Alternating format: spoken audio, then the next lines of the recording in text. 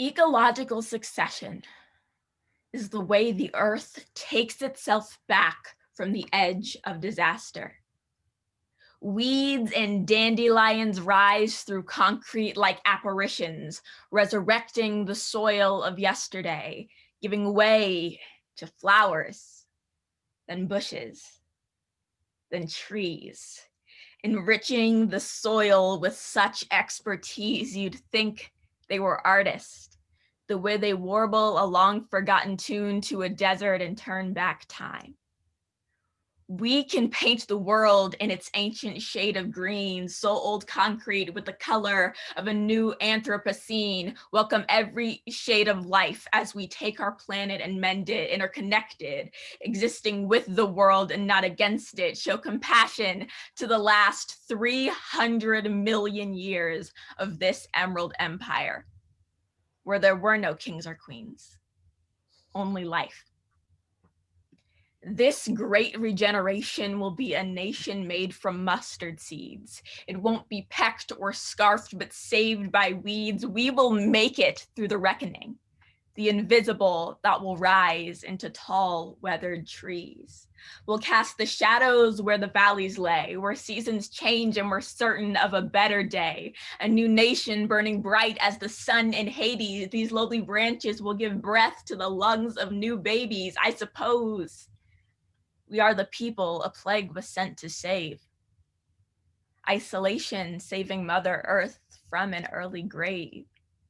Learn we must be a part of the earth, not in charge of it, recharging the heart of the earth, restarting it, laying seeds instead of foundations into the ground. Be grateful for the new era I'm certain we have found. I imagine a future that knows no way but compassion, where when someone is in need, we don't ask, should we help, but how?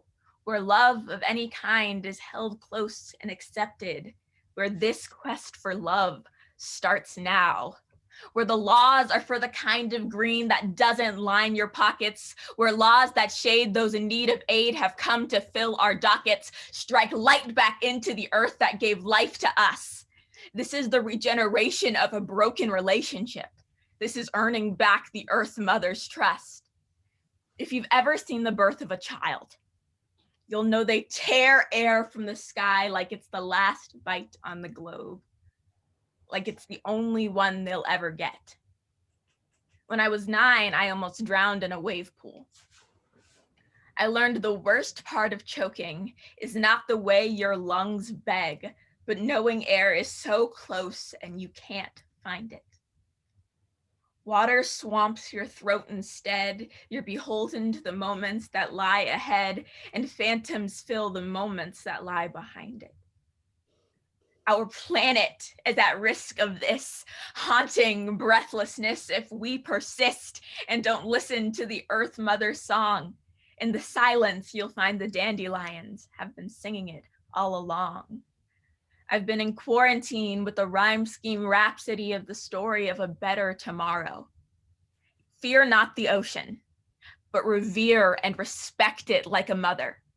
Fear not the planet, but know when it's gone, we will not get another.